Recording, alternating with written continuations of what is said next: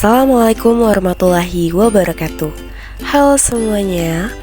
Pada video pembelajaran kali ini, Ibu bakalan membahas mengenai permasalahan ekonomi yang ada di Indonesia. Adapun salah satu faktor permasalahan ekonomi di Indonesia yaitu mengenai kasus pidana korupsi. Kali ini kita akan membahas mengenai kasus pidana korupsi. Sebelum itu, Ibu akan menyampaikan tujuan pembelajaran kita pada hari ini. Yang pertama itu peserta didik diharapkan mampu untuk memahami mengenai permasalahan korupsi yang ada di Indonesia. Lalu yang kedua, peserta didik mampu untuk mengetahui dan memahami jenis-jenis dari tindak pidana korupsi. Selanjutnya, peserta didik mampu untuk memahami dan mengetahui mengenai apa saja dampak dari korupsi. Serta yang terakhir adalah peserta didik mampu untuk belajar memberantas segala bentuk kegiatan korupsi yang ada di sekitarnya. Oke, baiklah. Kita akan mendengarkan mengenai pembahasan pengertian korupsi. Korupsi berasal dari bahasa Latin corruptio atau corruptus, yang kemudian dikatakan bahwa corruptio berasal dari bahasa Latin yang lebih tua, yaitu corrupere. Secara harfiah, korupsi adalah kebusukan, keburukan, kebejatan, ketidakjujuran, dapat disuap, tidak bermoral, dan penyimpangan dari kesucian. Secara umum, pengertian korupsi adalah semua tindakan tidak jujur yang memanfaatkan jabatan atau kuasa untuk mendapatkan keuntungan bagi pribadi atau orang lain. Di Indonesia, tindak korupsi diatur dalam Undang-Undang Nomor 31 Tahun 1999 tentang pemberantasan tindak pidana korupsi. Berdasarkan undang-undang tersebut, korupsi adalah setiap orang yang secara melawan hukum melakukan perbuatan untuk memperkaya diri sendiri, orang lain, atau suatu korporasi yang dapat merugikan keuangan negara dan juga perekonomian negara. Selanjutnya adalah mengenai jenis-jenis korupsi. Ada beberapa jenis-jenis dari bentuk pidana korupsi. Yang pertama itu penyuapan atau bribery. Penyuapan adalah pembayaran dalam bentuk uang atau sejenisnya yang diberikan atau diambil dalam hubungan korupsi. Dengan demikian, dalam konteks penyuapan, korupsi adalah tindakan membayar atau menerima suap. Penyuapan biasanya dilakukan dengan tujuan untuk memuluskan atau memperlancar urusan, terutama ketika harus melewati proses birokrasi formal.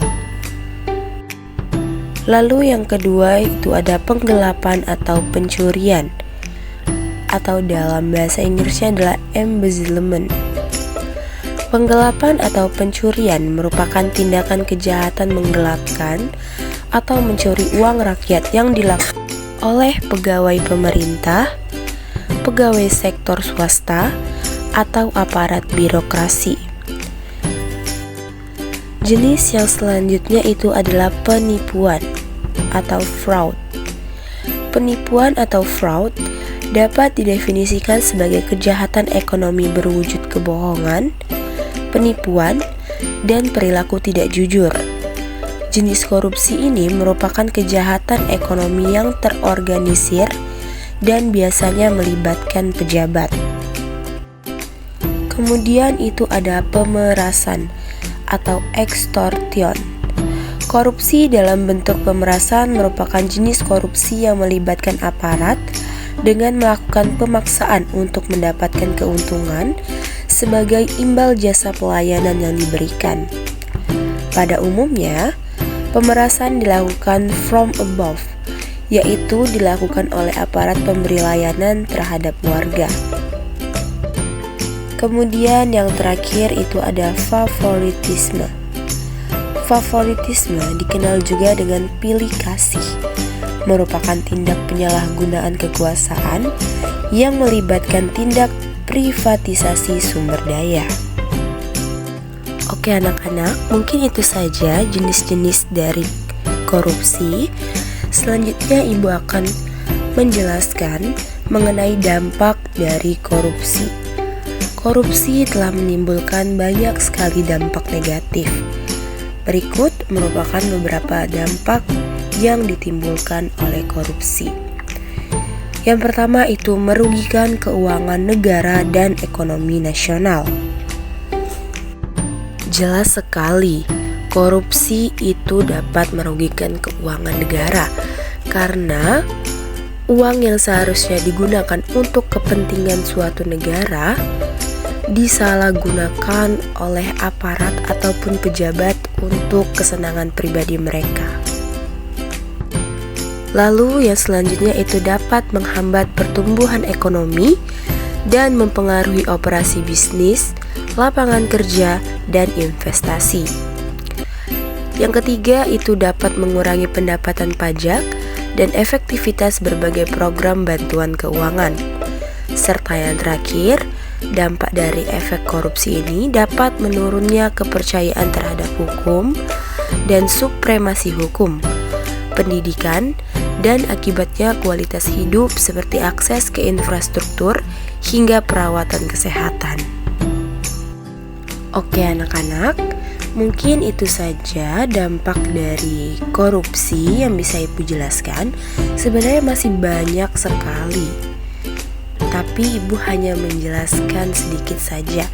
Untuk lebih jelasnya, kalian bisa langsung membaca LKPD yang sudah ibu buat.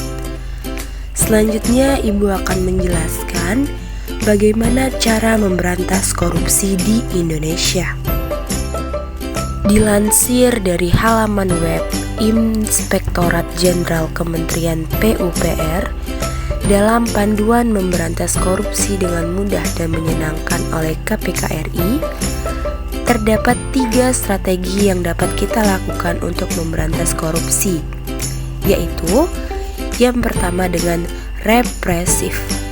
Strategi represif dilakukan dengan cara KPK menyeret koruptor ke pengadilan, membacakan tuntutan, serta menghadirkan para saksi beserta alat bukti yang menguatkan.